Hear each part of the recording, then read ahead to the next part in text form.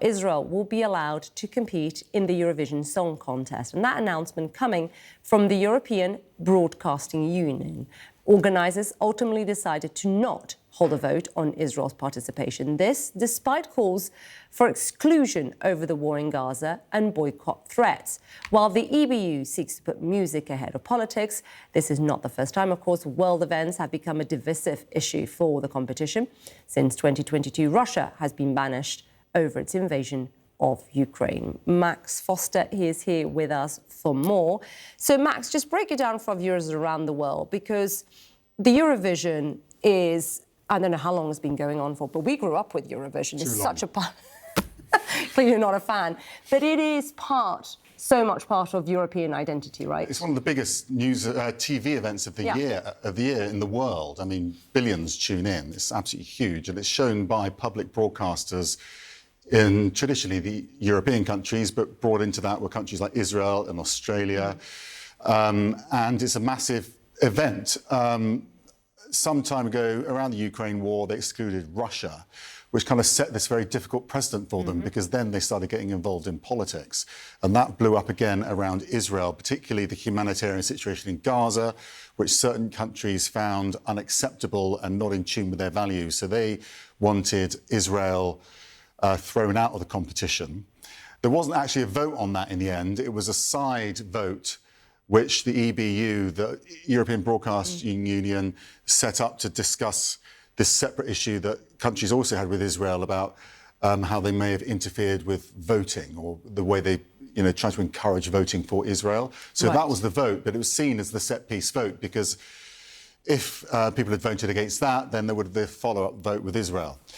So there are certain countries that wanted Israel out. So talk us through those countries, and because it may not be the end, right? I think we've got 3 or 4 so far. Just talk us through. Spain really led it. It's one of the big 5 that puts the most amount of money into Eurovision. So they led this, and so they were one of the first to come out and say, after this vote, now that Israel's allowed to stay, we're not going to take part. So we're talking there about their singers not being involved, but also them not showing it in Spain.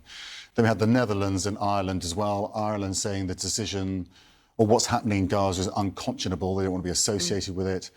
And then other countries that said they would pull out, like Iceland and Belgium, are still considering it. So there might be some more as well. But ultimately, it's utter chaos because they've got in this bind, and now they're in a situation where we don't know how many people are going to be able to see it, where it'll be shown.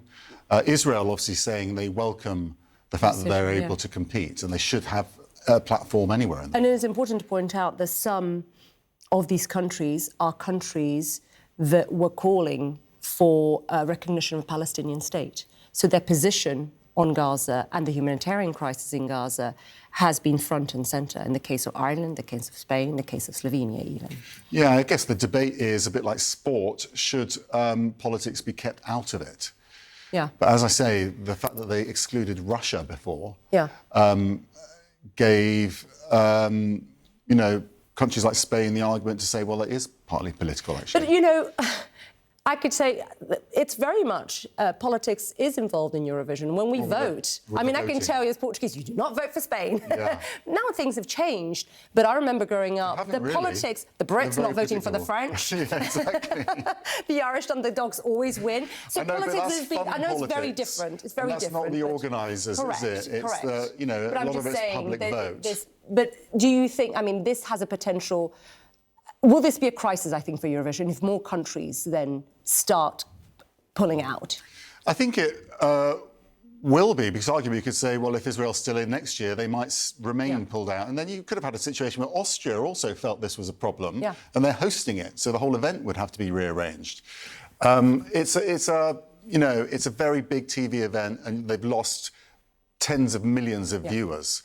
And, a lot of people are going to be quite frustrated because it's meant to be fun, and they were looking forward to watching it. At least 4 countries will now boycott the world's largest music competition after organisers decided to allow Israel to compete. Spain, Ireland, Slovenia and the Netherlands all say they will not take part in next year's Eurovision Song Contest in protest of Israel's actions in Gaza. Slovenia's national broadcaster says their decision is on behalf of the 20,000 children who've been killed. Israel slamming the boycott as a disgrace. So what we don't know is how many countries will boycott Eurovision 2026. Joining me now is Barbara Barreiro Leon. She's a lecturer in film and visual culture at the University of Aberdeen and a Eurovision expert. Thank you so much for joining us. I mean, Hi. The vote was slightly complicated, wasn't it? But it's being seen as a vote on Israel's ability to be part of this competition. And the boycotts from those countries isn't a complete surprise because they suggested that would be the case, right? Yeah, that's right.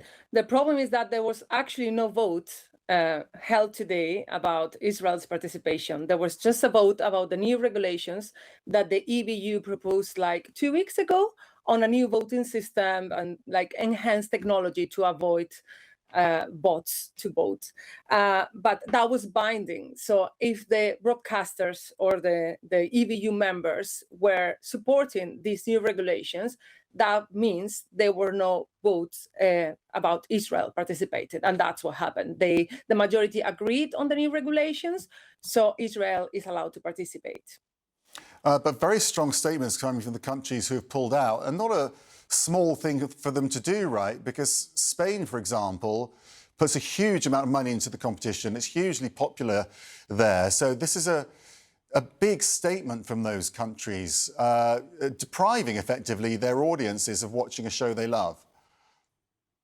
Yeah, so Spain is one of the big five. We have the Netherlands as well, which is contributing as the sixth largest amount of money every year. And also we have Ireland, who won 7 times in the history of the contest. It is one of these historical countries that is not participating next year. So we're at a breaking point in the history of the Eurovision Song Contest, actually.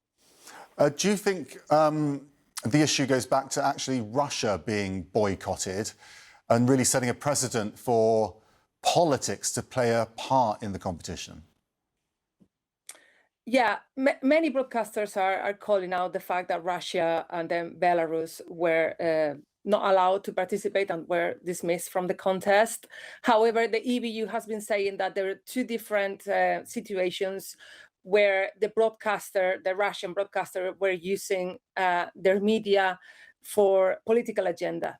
They are now saying that the Israel broadcaster is not doing so, but that's their own way of thinking.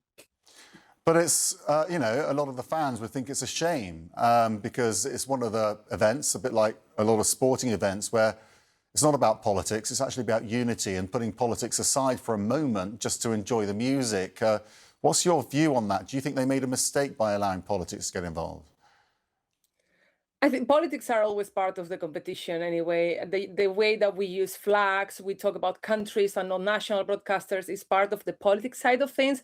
However, this is a completely different situation, and the fan community itself is speaking against this decision now. And the fact that there was no democratic vote or transparent vote, that's the main problem here. So I stand by the fan community as well, and I think another agreement needs to be reached. Is there any way they can sort it out? And if they don't, does this mark a real crisis for the competition? Regardless of what happens now, we're living a crisis. The General Assembly is resuming tomorrow. We're still waiting for more broadcasters to come forward, like Portugal hasn't decided yet, Belgium or Iceland. Even Sweden is considering to participate next year or not. So it might be a turning point at some point in the next coming days, probably. Okay. Barbara Barreiro Leon, thank you very much for joining us, your insights on that huge competition.